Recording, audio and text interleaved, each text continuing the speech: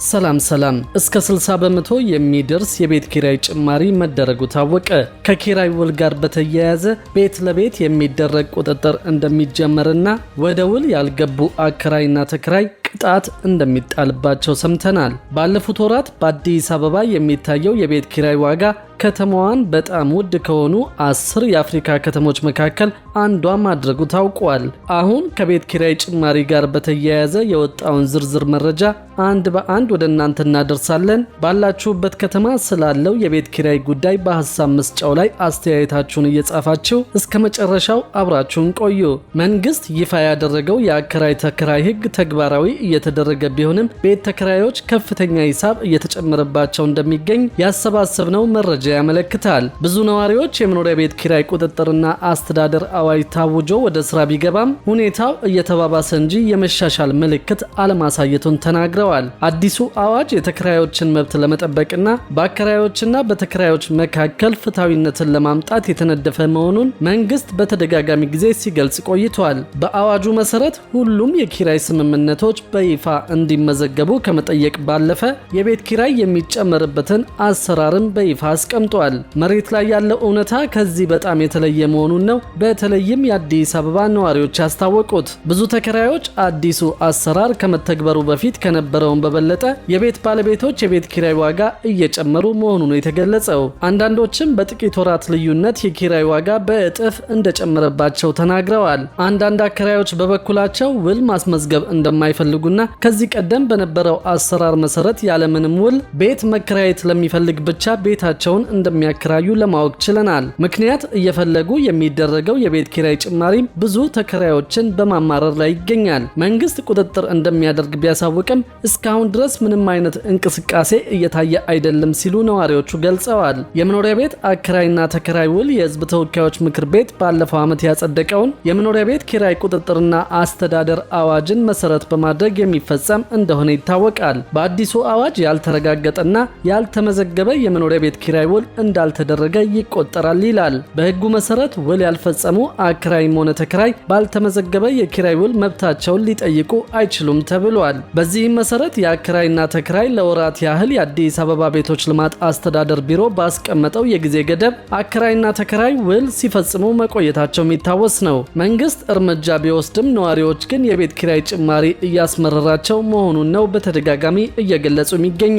የአከራይ ተከራይ ውል ተፈራረሙ በተባለበት ወቅት አከራያቸው የቤት ኪራይ ዋጋውን በእጥፍ ጨምሩ በማለታቸው ምንም ማድረግ ስላልቻሉ ለመጨመር መገደዳቸውን አንድ የአዲስ አበባ ነዋሪ ተናግረዋል። በኋላም አከራያቸው ፈቃደኛ ባለመሆናቸው ወደ ቀበሌ ሄደው ውል ሳይዋዋሉ መቅረታቸውንም አክለዋል። መንግስትም ውል ባልፈጸሙት ላይ ቅጣት እጥላለሁ ብሎ የነበረ ቢሆንም ግን በጣም ብዙ አከራይና ተከራዮች እስካሁንም የአከራይ ተከራይ ውል አለመዋዋላቸውን ተናግረዋል። በአንድ ዓመት ለሶስተኛ ጊዜ የቤት ኪራይ ጨምር የተባሉ ግለሰብ በበኩላቸው አሁን በቅርቡ ደግሞ ጨምሩ ተብለው ምክንያት ሲጠይቁ የመብራት ሂሳብ በመጨመሩ ምክንያት እንደሆነ ተነግሯቸዋል። ሌላ ተከራይ በበኩላቸው ለ4 ዓመት የኖሩበት ቤት አከራይ ከወር በፊት 60% የዋጋ ጭማሪ እንዲያደርጉ እንደጠየቃቸው ገልጸው ለተማሪ ልጆቻቸው ሲሉ እስከ ዓመቱ መጨረሻ በቤቱ ለመቆየት 40% ኪራይ ለመጨመር መስማማታቸውን ተናግረዋል። ትምህርት ቤት ሲዘጋ በአቅማቸው ቤት ለመከራየትና ልጆቻቸውን አዲስ ትምህርት ቤት ለማስመዝገብ ማቀዳቸውን ገልጸዋል።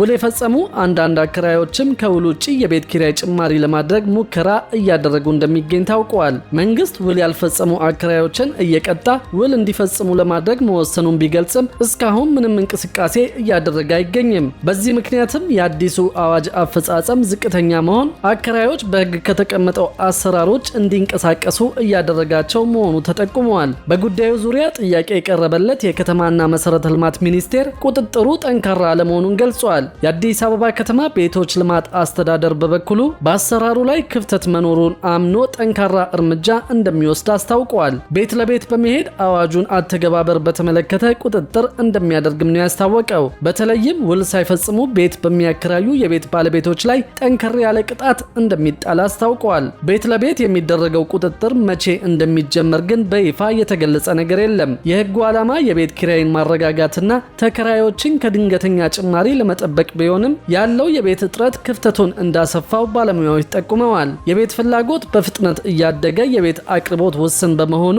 ይህ የፈጠረው አለመመጣጠን የዋጋ ጭማሪውን እንዳስከተለ ተናግረዋል። በዘርፉ ውስጥ ያሉት የቤት ደላሎች በቂ ቤቶች ሳይኖሩ ለኮሪደር ልማት በሚል በርካታ ቤቶች መፍረሳቸው ለቤት ኪራይ መጨመር ምክንያት መሆናቸውን ከመግለጽ ባለፈ በሀገሪቱ ያለው የኑሮ ውድነት አከራዮች ዋጋ እንዲጨምሩ እንዳስገደዳቸው ተናግረዋል። መንግስት የተከራዮችን መብት ለማስጠበቅ ነው ቢልም ዋናው ትኩረቱ የቤት ኪራይ ግብር ነው፣ ከፍተኛ ግብር መክፈል አልፈልግም ሲሉ አንድ አከራይ ተናግረዋል። የኪራይ ውሉን የማረጋገጥና የማስመዝገብ ግዴታቸውን ያልተወጡ አከራይና ተከራይ ላይ የገንዘብ ቅጣት እንደሚጣል በአዋጁ ላይ ተደንግጓል። አዋጁ የመኖሪያ ቤት ኪራይ ጭማሪ የመንግስት ተቆጣጣሪ አካል በሚወስነው መሰረት በአመት አንድ ጊዜ ብቻ እንዲተገበር የሚያደርግ ነው። መንግስት ይህንን ችግር ለመቅረፍ በሚል ባለፉት ወራት በአዲስ አበባ የሚታየው የቤት ኪራይ ዋጋ ከተማዋን በጣም ውድ ከሆኑ 10 የአፍሪካ ከተሞች መካከል አንዷ ማድረጉ ታውቋል። አዲስ አበባ ከፍተኛ የቤት ኪራይ ከሚያስከፍሉ 10 የአፍሪካ ከተሞች መካከል መመደቧን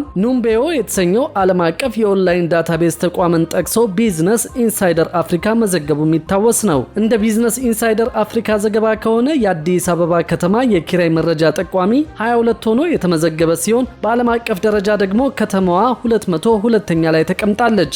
በዚህም ለመኖሪያ ቤት ተከራዮች በአህጉሪቱ በጣም ውድ ከሆኑ ከተሞች መካከል አንዷ እንድትሆን አድርጓታል ብለዋል። ከአዲስ አበባ በመቀጠል የደቡብ አፍሪካዋ ኬፕ ታውን በከተማ የኪራይ መረጃ ጠቋሚው 21 ሆኖ ሲመዘገብ ኪጋሊ ደግሞ በ16 የኪራይ መረጃ ጠቋሚ ደረጃ ላይ ተቀምጣለች። ኬፕ ታውን በዓለም አቀፍ ደረጃ 218ኛ እንዲሁም ኪጋሊ በዓለም አቀፍ ደረጃው 264ኛ ደረጃን መያዛቸው ታውቀዋል። ቢዝነስ ኢንሳይደር እንደዘገበው ከሆነ በዚህ ዓመት የቤት ኪራይ ዋጋ መጨመር በአፍሪካ ከተሞች ለሚኖሩ ነዋሪዎች ዋና ፈተና ሆኖ ቀጥሏል። ከፍተኛ የመኖሪያ ቤት ኪራይ መኖሩ ነዋሪዎች ራቅ ወዳለ የከተማ ዳርቻዎች እንዲዘዋወሩ እያስገደደ መሆኑን የገለጸው ዘገባው ይህም የትራንስፖርት ወጪን በመጨመር የጉዞና የጊዜ ማርዘም ብቻ ሳይሆን ምርታማነትን መቀነስ ያስከትላልን ብለዋል። በተለይም ዝቅተኛና መካከለኛ ገቢ ያላቸው ቤተሰቦች በእጅጉ መጎዳታቸውንም አክሏል። የኢትዮጵያ መንግስት የተከራይ አከራይ ህግ በማውጣት የኪራይ ዋጋን ለመቆጣጠር እየሰራ እንደሚገኝ ደጋግሞ በመግለጽ ላይ ይገኛል። በመኖሪያ ቤት ኪራይ ቁጥጥርና አስተዳደር አዋጅ መሰረት የመኖሪያ ቤት አከራዮች በዘፈቀደ የኪራይ ዋጋ መጨመር አይችሉም ተብሎ በአዋጁ ላይ መደንገጉ የሚታወስ ጉዳይ ነው።